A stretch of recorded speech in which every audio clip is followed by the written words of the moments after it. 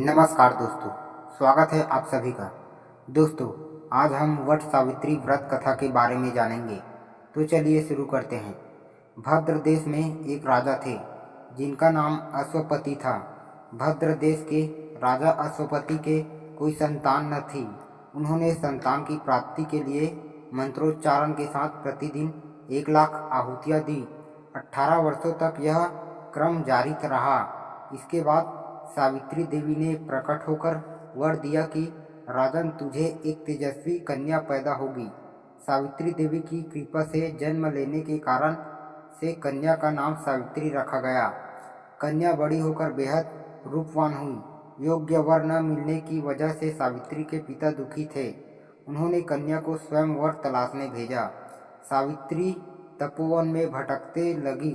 वहाँ साल्व देश के राजा झुमलोन रहते थे, क्योंकि उनका राज्य किसी ने छीन लिया था। उनके पुत्र सत्यवान को देखकर सावित्री ने पति के रूप में उनका वरण किया। ऋषि राज नारद को जब यह बात पता चली तो वह राजा अश्वपति के पास पहुँचे और कहा कि हे राजन, यह क्या कर रहे हैं आप? सत्यवान गुणवान है, धर्मात्मा है और बलवान भी है, पर उसकी आयु बहुत छोटी है। वह अल्पायु है। 1 वर्ष के बाद ही उसकी मृत्यु हो जाएगी। ऋषि राज नारद की बात सुनकर राजा अश्वपति घोर चिंता में डूब गए। सावित्री ने उनसे कारण पूछा तो राजा ने कहा, पुत्री, तुमने जिस राजकुमार को अपने वर के रूप में चुना है वह अल्पायु है। तुम्हें किसी और को अपना जीवन साथी बनाना चाहिए। इस पर सावित्री ने कहा कि पिताजी, आर्य कन्याएं अपने पति का एक बार ही वरण करती है, राजा एक बार ही आज्ञा देता है और पंडित एक बार ही प्रतिज्ञा करते हैं और कन्यादान भी एक ही बार किया जाता है। सावित्री हठ करने लगी और बोली, मैं सत्यवान से ही विवाह करूंगी। राजा अश्वपति ने सावित्री का विवाह सत्यवान से कर दिया। सावित्री अपने ससुराल पहुंचते ही सास ससुर की सेवा करने लगी। समय बीतता चला गया। नारद मुनि ने सावित्री को पहले ही सत्यवान की मृत्यु के दिन के बारे में बता दिया था। वह दिन जैसे जैसे करीब आने लगा, सावित्री अधीर होने लगी। उन्होंने 3 दिन पहले से ही उपवास शुरू कर दिया। नारद मुनि द्वारा कथित निश्चित तिथि पर पितरों का पूजन किया। हर दिन की तरह सत्यवान उस दिन भी लकड़ी काटने जंगल चले गए। साथ में सावित्री भी चली गई। जंगल में पहुंचकर सत्यवान लकड़ी काटने के लिए एक पेड़ पर चढ़ गए। तभी उसके सिर में तेज दर्द होने लगी। दर्द से व्याकुल सत्यवान पेड़ से नीचे उतर गए। सावित्री अपना भविष्य समझ गई। सत्यवान के सिर को गोद में रखकर सावित्री सत्यवान का सिर सहलाने लगी। तभी वहां यमराज आते दिखे। यमराज अपने साथ सत्यवान को ले जाने लगे।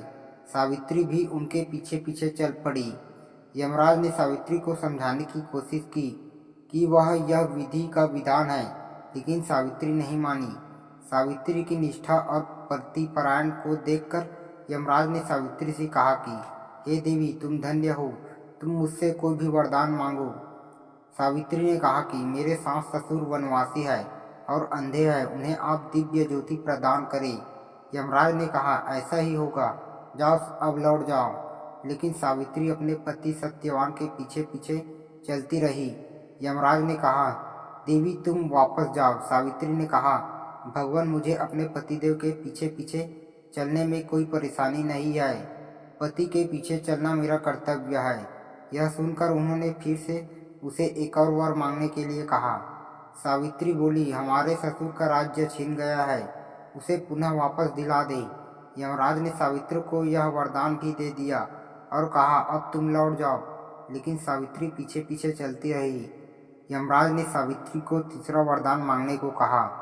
इस पर सावित्री ने 100 संतानों और सौभाग्य का वरदान मांगा। यमराज ने इसका वरदान भी सावित्री को दे दिया। सावित्री ने यमराज से कहा कि प्रभु, मैं एक पतिव्रता पत्नी हूँ और आपने मुझे पुत्रवती होने का आशीर्वाद दिया है। यह सुनकर यमराज को सत्यवान के प्राण छोड़ने पड़े।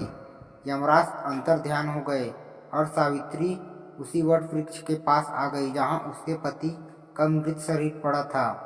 सत्यवान जीवंत हो गया और दोनों खुशी खुशी अपने राज्य की ओर चल पड़े।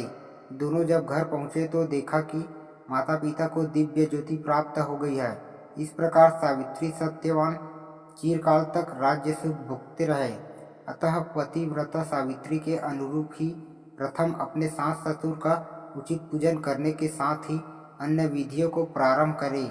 वट सावित्री व्रत करने और इस कथा को सुनने से उपवासक के वैवाहिक जीवन साथी की आयु पर किसी प्रकार का कोई संकट बाधा भी हो तो वह टल जाता है।